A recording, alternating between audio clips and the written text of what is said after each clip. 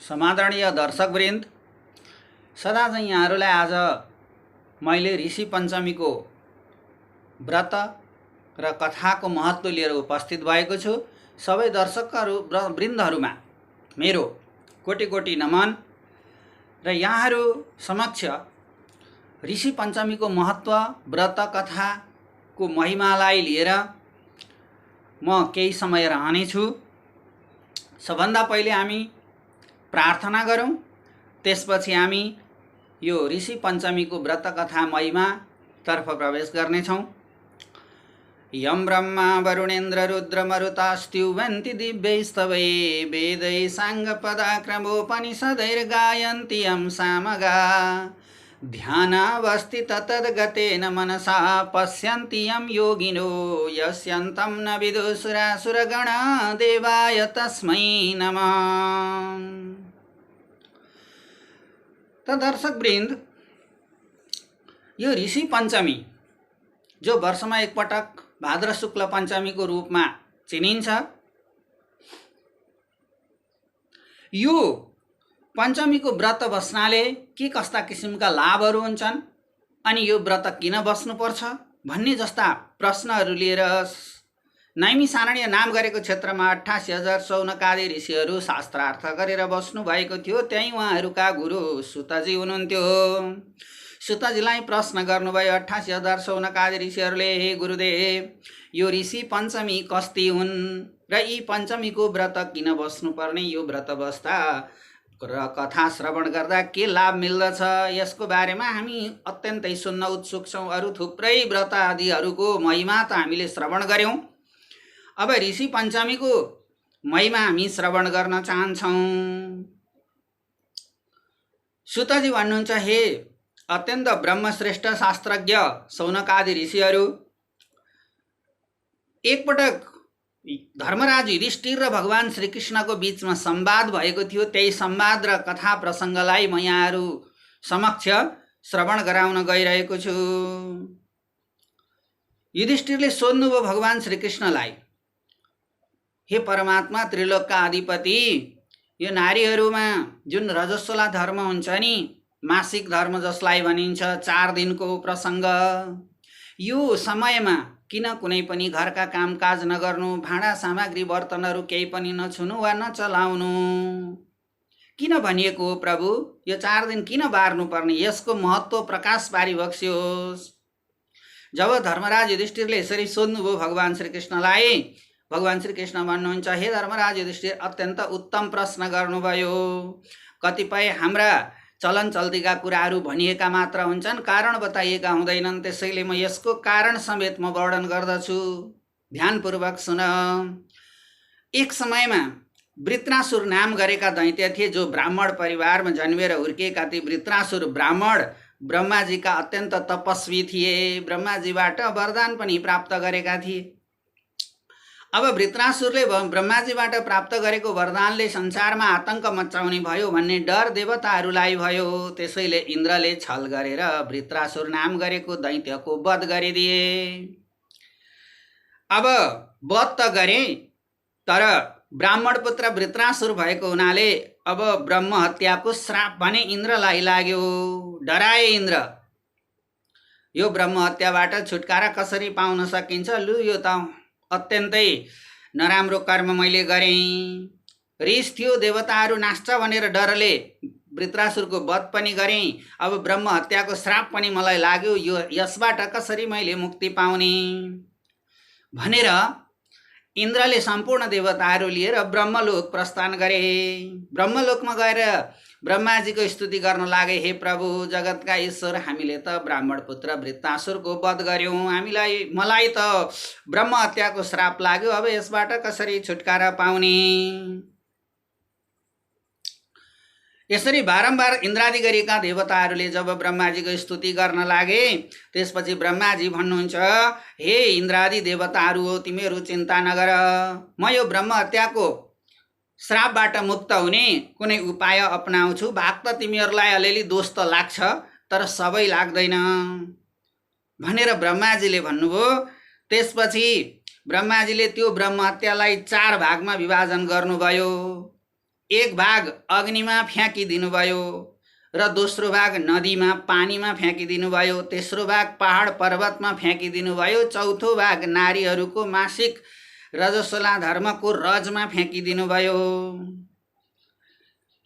अब यसरी जब ब्रह्महत्याको श्राप 4 भाग लगाइयो, अब नारीहरू रजस्वला भएको पहिलो दिन उनीहरूको शरीरमा चाण्डाल्नीको आत्मा आएर बास गर्दछ अरे। त्यसैले कुनै पनि कार्यहरू सम्पन्न नगर्नु भनिएको।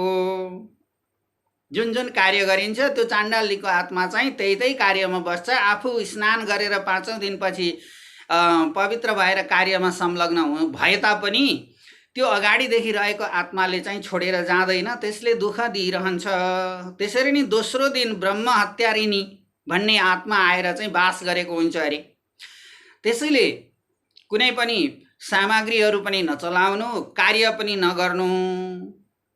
दर्शकवृन्द, यो ब्रह्म हत्यारिणी भनिएको के हो त भन्दाखेरि मानसिक रूपमा, मनको रूपमा अत्यन्त कमजोर हुन्छन् अनि शारीरिक रूपमा पनि त्यो अवस्थामा अत्यन्तै कमजोर हुन्छन्। त्यसैले कुनै भारी गरौँ चिजहरू, कार्यहरू नगर्नु भनिएको।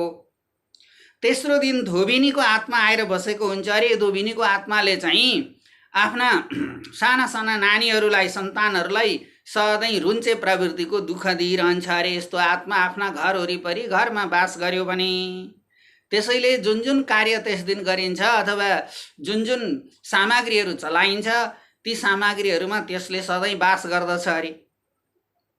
त्यसै कारण यो 4 दिनसम्म कुनै पनि कार्य नगरी आराम गरेर व्रतको रूपमा रहनु। यसरी व्रतको रूपमा रहियो भने अवश्य पनि यो चाण्डाल्नीको आत्माले, ब्रह्म हत्यारिणीको आत्माले र धोबिनीको आत्माले त्यस घरमा कहिल्यै बास पाउँदैनन्। उनीहरू त्यस घरमा प्रवेश, त्यस्ता दुष्ट आत्माहरू प्रवेश गर्न पनि सक्दैनन्। र चौथो दिनमा तोरीको तेलले स्नान गरी अनि शुद्ध हुन सकिन्छ। त्यसै कारण यो तोरीको तेलले स्नान गर्नु भनिएको। यसरी तेलले स्नान गर्नाले यो चाण्डाल्नीको आत्मा, ब्रह्मचारिणीको आत्मा र धोबिनीको आत्मा चाहिँ नष्ट भएर जान्छन् अथवा यिनीहरू भड्किएर जान्छन् र फेरि फर्केर आएर दुःख दिँदैनन्। त्यसै कारण हे धर्मराज युधिष्ठिर, यस सन्दर्भमा म एउटा तिमीलाई कथा सुनाउँदछु। विदर्भ नाम गरेको एउटा अत्यन्तै सुन्दर देश थियो। त्यस सुन्दर देशका राजा थिए, अत्यन्त राजर्षि थिए, प्रजाका पालक थिए। ब्राह्मण, क्षेत्री, वैश्य, शूद्र चारै वर्णलाई अत्यन्तै समान रूप व्यवहार गर्दथे। राजा पनि थिए, उनी ऋषि पनि थिए। तिनै ऋषिको राज्यमा एकजना सुमित्र नाम गरेका अत्यन्तै शास्त्रज्ञ, अत्यन्तै ज्ञानी ब्राह्मण थिए। तर ती शास्त्रज्ञ ज्ञानी ब्राह्मण भइकन पनि आफ्नो नित्य सदाचार कर्म पनि गर्दथे। उनी किसान पनि थिए, त्यसैले आफ्नो सम्पूर्ण खेतीको कार्य पनि उनी सम्पन्न गर्दथे। आफन्त, कुल कुटुम्ब, इष्टमित्रहरू सबैसँग अत्यन्त सुन्दर र राम्रो व्यवहार थियो। उनकी पत्नी जयश्री अत्यन्त पतिव्रता थिइन्। उनी पनि त्यस्तै आफ्ना घरका सम्पूर्ण कामकाजमा अत्यन्तै सुशील ढङ्गले लाग्ने अनि घरमा छोरा नाति पनाति, शाखा सन्तान, कुल कुटुम्ब, इष्टमित्र सबैको जय जयकार प्राप्त गर्दै बडा आनन्दसँगले दिन रात खेतीको आफ्नो कार्यमा व्यस्त रहन्थिन्। अब तर ती आफ्ना काममा व्यस्त रहे पनि ती सुमित्र नाम गरेकी ब्राह्मणकी जो जयश्री नाम गरेकी पत्नी थिइन्, उनले आफू रजस्वला हुँदा कहिल्यै पनि कतिपय महिनामा त उनी थाहा पनि पाउँदैनथिन् र वास्ता पनि गर्दैनथिन्, कहिल्यै बारिनन्। यसो हुँदाहुँदै बडा आनन्दपूर्वक कुशलपूर्वक जीवन बित्दै गयो। यता सुमित्र नाम गरेका ब्राह्मण पनि बडा पठित, ज्ञानी र पण्डित थिए। उनी पनि वरपर गाउँघरमा इष्टमित्र, कुल कुटुम्बमा पुरा वेद अथवा चाहिँ व्यासमा बसेर कथा वाचन, पुराण वाचन गर्दथे। तर घरमा फर्केर आएपछि फुर्सदको समयमा आफ्नो खेतीको कर्म गर्ने गर्दथे। गाई गोरु प्रशस्त पालेका थिए अनि उनी पर्दाखेरि हलो जोत्न पनि पछि पर्दैन थिए र आवश्यक पर्दा अथवा परेको ठाउँमा उनी पुराण पनि वाचन गर्दथे, कथा पनि वाचन गर्दथे। यसरी हुँदा हुँदा बडा आनन्दपूर्वक उनीहरूको गृहस्थ जीवन त बित्यो। एक दिन वृद्ध भए र यी दुवै पति पत्नी परमपद गतिमा प्राप्त भए, अथवा यी दुवैको निधन भयो। निधन हुनासाथ अब व्यासमा बसेर कथा पनि भनेको, पुराण पनि वाचन गरेको, यता फुर्सदको समयमा आफ्नो खेतीमा आएर गोरु नारेर चुड्दै चुड्दै जोतेको त्यो अपराधले गर्दाखेरि ती सुमित्रा नाम गरेका ब्राह्मण गोरु भएर रहे भने उता रजस्वला हुँदाखेरि मासिक धर्ममा पनि वास्ता नगरिकन आफ्ना सारा घरका कामकाज सम्पन्न गरेकी उनकी जयश्री नाम गरेकी पत्नी त्यसै घरमा कुकुर्नीको आत्मा बनेर दुवै पति पत्नी पूर्व जन्मका ती पति पत्नी मृत्यु पश्चात पनि कुकुर्नी र गोरु बनेर त्यसै घरमा रहन पुगे। यो सबै नबारेको फल हो हे धर्मराज युधिष्ठिर। जयश्री ब्राह्मणकी पत्नीले आफू रजस्वला हुँदाखेरि पनि वास्ता गरिनन्, सबै कामकाज गरिरहन्। त्यसैको परिणाम स्वरूप उनको प्रेत आत्माले गतिमुक्ति प्राप्त गरेन। काजक्रिया त गरे तर गतिमुक्ति प्राप्त गरेन, कुकुर्नीकै रूपमा रहनु पर्यो। अनि व्यासमा बसेर पुराण वाचन गरेको हुनाले गरेर पनि गोरु नारेर चुटी चुटी जोतेको अपराधले गर्दा त्यही घरमा गोरु भएर रहनु पर्यो। यी दुवै पति पत्नी, छोरा पनि अत्यन्त पितृभक्त थिए। एक दिन यसै घरमा ती सुमित्र नाम गरेका ब्राह्मणका छोरा सुमति र चन्द्रावती बुहारीले आफ्ना पिताको श्राद्ध गर्ने दिन आयो। तिनै सुमित्रका श्राद्धको दिन अब बडा आनन्दपूर्वक कुशलपूर्वक ब्राह्मणहरूलाई निमन्त्रणा गरियो, घरमा बोलाइयो, सारा श्राद्धका सामग्रीहरू तयार गरियो। त्यसपछि बडा मिठा मिठा परिकार पकवानहरू पकाइयो। पिण्ड दिनका लागि खिर पकाइएको थियो। चन्द्रावती पनि अत्यन्त सुशील थिइन्, बुहारी पनि। पितृभक्ति भनेपछि आफ्ना माता पिताप्रति श्रद्धा राख्न भनेपछि अत्यन्तै सुशील र कर्तव्यपरायण थिइन्। यसरी पिण्ड दिनका निमित्त खिर पकाएर राखिएको थियो। उनी आफ्नै घरकै सुसे धन्दामा लागेको बेला बाहिरबाट एउटा विषालु सर्प आएर सट्ट त्यो खिरको भाँडामा दुध पिउदियो र अनि विष उकालेर निस्किएर गयो। चन्द्रावतीले यो देखिनन्, तर तिनै आफ्ना पूर्व जन्मका माता पिता जो कुकुर्नी र गोरु भएर त्यसै घरमा रहेका थिए, तिनै कुकुर्नी आमाले, पूर्व जन्मकी आमाले ढोकाबाट यो दृश्य देखिरहेकी थिइन्। अब ती आमालाई के लाग्यो भने अब यो बुहारीले त यो सर्पले विष झारेको देखिन, यही खिर लगेर ब्राह्मणहरूलाई खुवाउँछन् अनि ती सबैको मृत्यु हुनेछ भन्ने सोची र गएर आफूले त्यो खिर छोइदी। अब यसरी आफूले पिण्ड दिनका निमित्त तयार गरेर राखिएको खिर कुकुर्नीले बाहिरबाट आएर छोइदिएको देखेपछि रिसले चुर हुँदै अब अगुल्टाले हिर्काएर कम्बर भाँचिने गरी खेदाए। यसरी आफ्नै श्राद्धका दिन बुहारीबाट यसरी नचिनिएको हुनाले अगुल्टाको कुटाई खाएर त्यस दिन दिनभरि सधैँ त खाना दिन्थे, बिहान बेलुका खाना खाइसकेपछि खाना दिन्थे। अब श्राद्धका दिन चाहिँ खिर छोइदिएको रिसले अगुल्टाले हानिन्, कम्मर पनि भाँचिदिन्, खाना पनि दिएनन्। यता अर्कै खिर पकाएर पिण्ड बाबुका नाममा अर्पण गरियो अनि ब्राह्मणहरूलाई भोजन गराइयो। जब साँझ पर्यो त्यसपछि त्यही श्राद्धका दिन पनि अब खेतीवालका छोरा सुमित्रका छोरा सुमति घरमा आफ्ना पिताको श्राद्ध हुँदैछ। आफ्ना खेतमा हलीहरूले तिनै आफ्ना घरमा पालिएका गोरुहरू लगेर चुटी चुटी खाना पनि नदिइकन जोतिरहेका छन्। दिनभरि जोतिएको छँदो गलेर थकित भएर अनि खाना पनि नदिइकन भोकै जोतेको तनावमा बेलुकी घरमा आएर गोठमा जब बाँधिए ती गोरु, कुकुर्नी नजिकै गएर ती सुमति र चन्द्रावतीका पूर्व जन्मका माता पिता सासू ससुरा एकअर्कामा गुनासो गर्न लागे। ती सबै थाहा थियो उनीहरूलाई। हामी पूर्व जन्ममा यसै घरमा थियौँ र यी हाम्रा छोरा बुहारी हुन्। हामीले पुराण वाचन गरेर गोरु चुटी जोतेको अपराधले मैले गोरु हुनु पर्यो, अनि रजस्वला हुँदा मैले नबारेकी हुनाले कुकुर्नी भएर रहनु पर्यो भन्ने सम्पूर्ण ज्ञान भने त्यो पूर्व जन्मको अत्यन्तै सुशील कर्म र ज्ञानका कारण यी सबै चेतना उनीहरूलाई थियो। जब बेलुका गोठमा भेला भए आफ्ना पूर्व जन्मका ती मातापिताहरू कुकुर्नी र गोरुको रूपमा रहेका एकअर्कामा गुनासो गर्न थाले। उसले भनी सर्पले विष लगाइदियो अनि खाएर मर्लान् भन्ने डरले मैले गएर छोइदिएँ। त्यही रिसले बुहारीले मलाई कुटेर कम्मर भाँचिदिई सधैँ त खान दिन्थे, आज त खानासम्म पनि दिइन, दिनभरि म त व्रत नै बसेकी छु। यसरी आमाले भनिन्। अब पिताले पनि भने, दिनभरि आज मेरो श्राद्धको दिन, तर मेरै खेतमा दिनभरि लगेर मलाई हलीले चुटी जोते, खाना पनि दिएनन्। बेलुकी पख सुकेको पराल पात दिए, त्यही चपाए ओरे, थाकेको छु, गलेको छु, के गर्नु, हाम्रो यो पूर्व जन्मको कमाई यस्तै रहेछ। यसरी एकअर्कामा आफ्ना पूर्व जन्मका मातापिताको यो गुनासो छोराले सर्लक्क सुनेछन्। यी सबै कुरा सुनेपछि छोरालाई अत्यन्तै चिन्ता लाग्यो।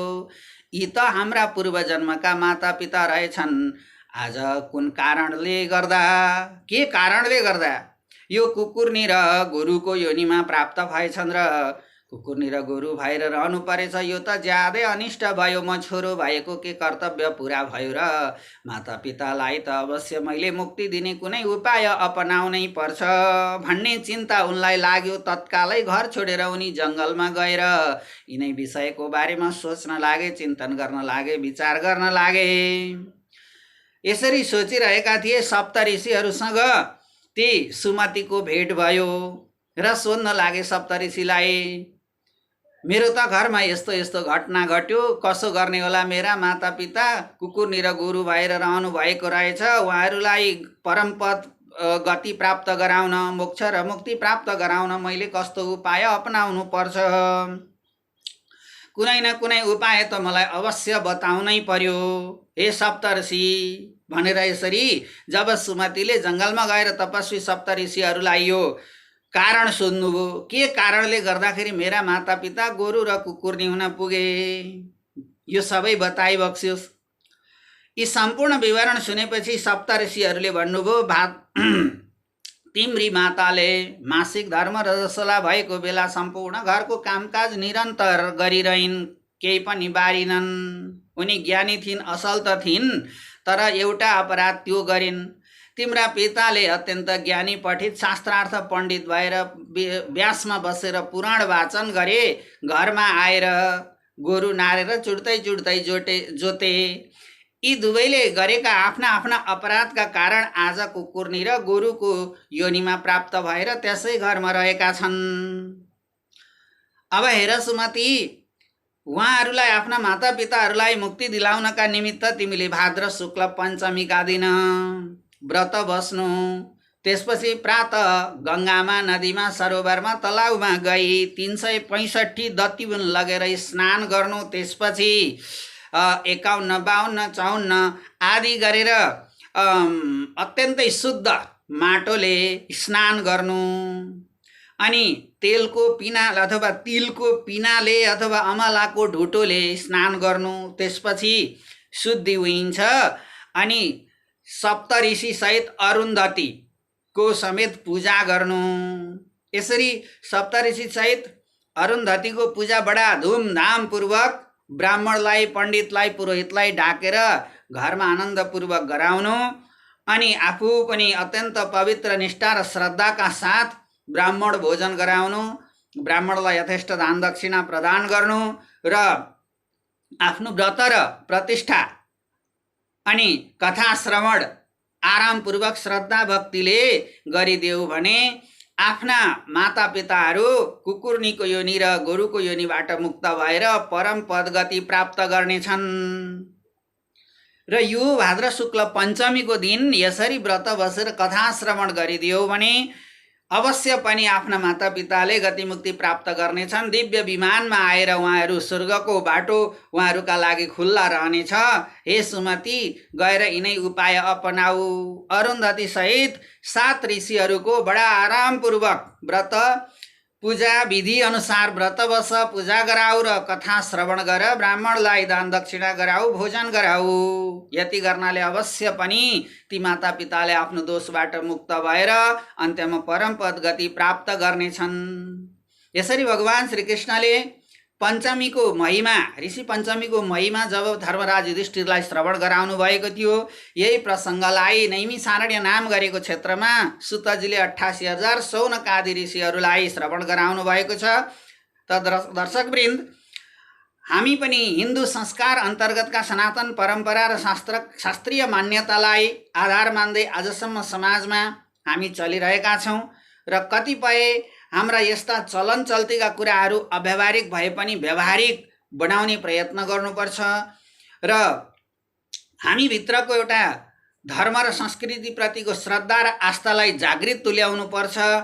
यिनै कथा र प्रसङ्गहरू उदाहरणका रूपमा रहेका छन् भने हामीले व्यवहार र समाज सुहाउँदो आफ्नो संस्कृति र धर्मको संरक्षण गर्दै रहनुपर्छ र यस्ता किसिमका हाम्रा शास्त्रीय मान्यताहरूलाई पनि हामीले पालन पनि गर्ने र सामाजिक अपवाद पनि नफैलिने ढाँचाबाट हामीले हाम्रो संस्कृति र धर्मको रक्षा गर्दै जानुपर्छ। यसरी जब शौनकादि ऋषिहरूले सुतजीबाट यस्ता कथा प्रसङ्गहरू श्रवण गर्नुभयो, त्यसपछि अत्यन्त उत्तम गति साह्रै मिठो कथा प्रसङ्ग श्रवण गराउनु भयो भनेर गुरु सुतजीको प्रशंसा गर्न लाग्नुभयो। र यसरी भगवान श्रीकृष्णले ऋषि पञ्चमीको महिमा र महत्त्वको बारेमा प्रकाश पार्नु भएको कथा प्रसङ्गलाई यहाँहरूलाई मैले पनि श्रवण गराएँ। हस्त अस्तु। ओम नमो भगवते वासुदेवाय, कृष्णाय वासुदेवाय, हरये परमात्मने, प्रणत क्लेशनाशाय गोविन्दाय नमो नमः।